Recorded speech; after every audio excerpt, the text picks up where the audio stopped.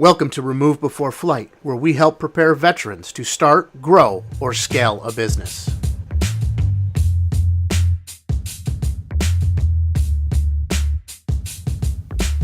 Welcome back, RBF Nation.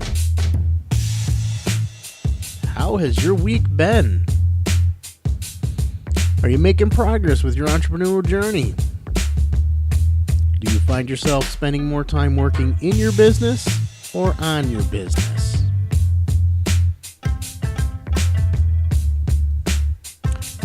Yesterday, I attended a wedding with Kathy. It was not a traditional wedding per se, and they had set this theme of Renaissance.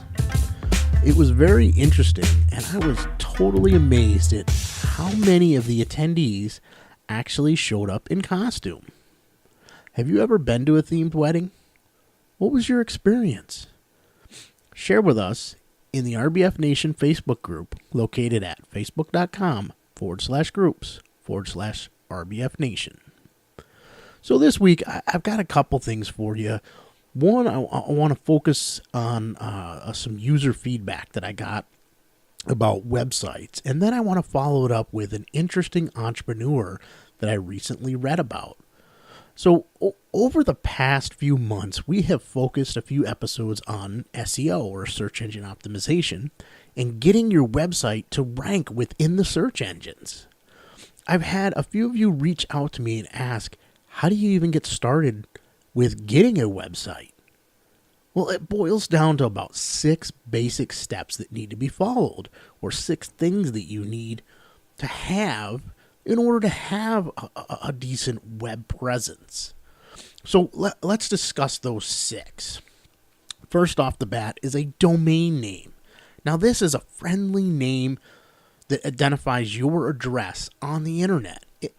It's like you can tell people to go to www.mysite.com, and it's a whole lot easier than telling them where you truly live on the internet with an address such as 123.227.019.111.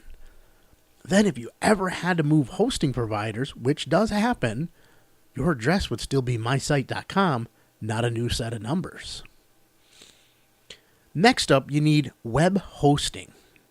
This is a home for your website to reside on the internet. Think of it as a giant computer hooked directly to the internet pipe and allows your website to be there 24/7. Next up, content. You've heard me speak in depth in past episodes the importance of content. This is the information about your business, your products, your services that you are going to share with your visitors. After content, you need a website design. But this is the core look and feel that your users will experience when they visit. This design can either make you or break you. If you know how to code and design, great, you're ahead of the game. But the average person out there doesn't. And there are options for you too. First, you can hire website designers, and this can get expensive. But secondly, you can use a content management system, something like, WordPress. I'm not talking about the WordPress.com site. That's completely different than the WordPress that you would install on your own hosting provider. You can find that at WordPress.org. And you're able to get affordable themes for WordPress and other content management systems out there that designers will sell over and over again. They'll create it once and they'll sell it to multiple people. Does that mean your site's going to look identical to Joe Blow, who also bought that theme? Not necessarily. You have options to go in there and customize it. And it's a whole lot more affordable for that startup business. So after you get your content, your hosting, your website design, your domain name, that's when we start working in some of the search optimization.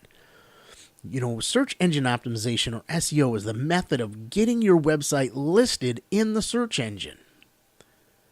It does not do you any good to build the best website in the world with the greatest content and no one can find you. Search engine optimization is a must, and you can do it on your own or hire an agency to do it. It comes down to how much you feel comfortable doing and at what price point you want it to be at. Lastly, what you need with your website is visitor analytics.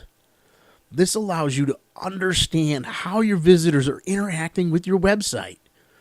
You can easily see what is working and what is not.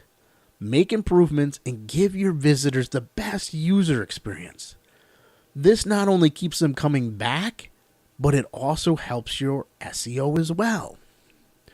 So there you have it. The 6 core steps that are needed to have a good website. Now, your head might be spinning or you're feeling overwhelmed. Don't worry. You can do all of this very inexpensively, and you can even do it yourself. That's right. You can do this. To help you along the journey, I'm putting together an online self-paced workshop about building your own website. Now, this workshop is 100% free, and I'm currently taking pre-registrations as we can only keep it free for the first 25 people. So how do you get pre-registered and be one of that first 25? Head over to kevinfairbanks.com/DIY website and get signed up. All right, I want to shift gears a little and talk about this article I recently read about a very successful entrepreneur. This entrepreneur owns 2 companies and has landed atop the Inc. 5000 list. While, yes, we'll be looking into some of the reasons why he's so successful, it's one of the titles he holds that drew me in to read this article. And I'm not 100% sure how I feel about it. You know, I sit on the fence. I have mixed feelings. So this founder owns the world's largest private fleet of fighter jets. Do military-grade fighter jets really belong in the hands of civilians? Jarek Isaacman, at age 16, drops out of high school after getting this idea to build United Bank Card and a way that merchants could process credit cards faster.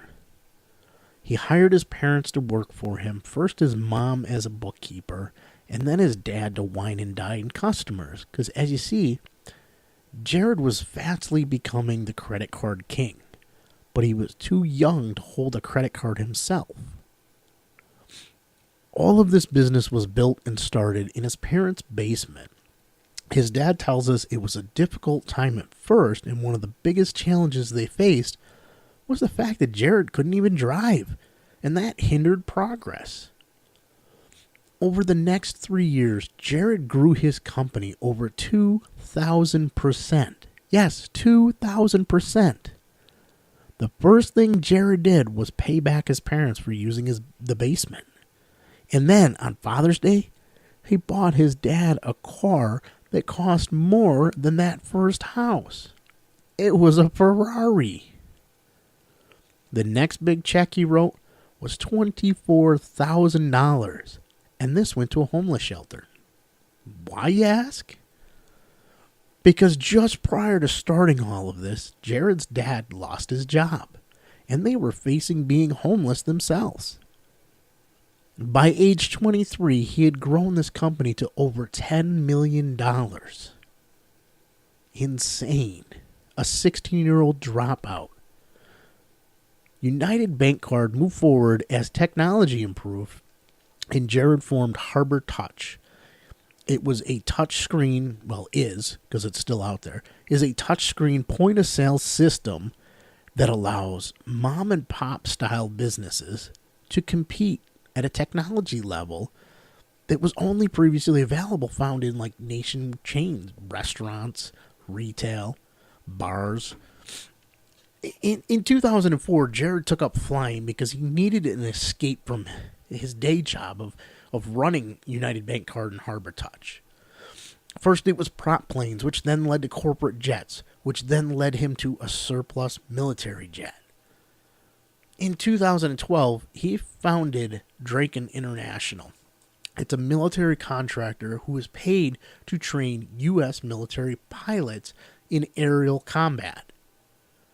He purchased 21 jets from the Czech military at a fraction of the $15 million they paid for them, paying just $770,000 each and then having to put another $500,000 in each jet for repairs, upgrades to make these a competitive fighter. This on top of the 30 Russian MiG-21s that he owns and 26 other military aircraft. Crazy to think that a civilian has that much power in their arsenal. Now, Jared works 16-hour days every day to ensure both companies get everything they need. So, while yes, he owns these jets for a good purpose, is it really a good idea to have so many fighter planes in the hands of a single person? I would love to hear your thoughts. Weigh in at the RBF Nation and share your opinion. What do you think of a civilian having over 77 jets in his private arsenal?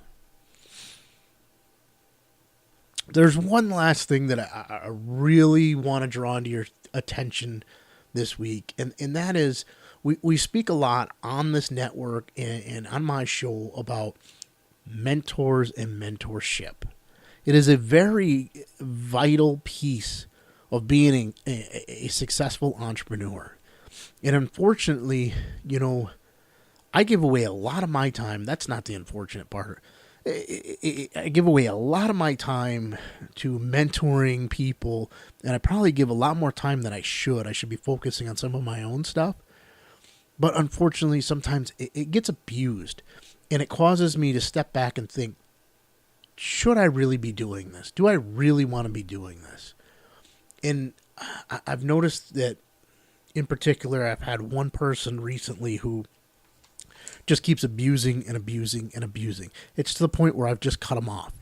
And I don't feel good about myself about being negative and short with somebody, but this person just has gotten under my skin. It started from you offer them 15 minutes of your time free and they want to book an hour and a half session.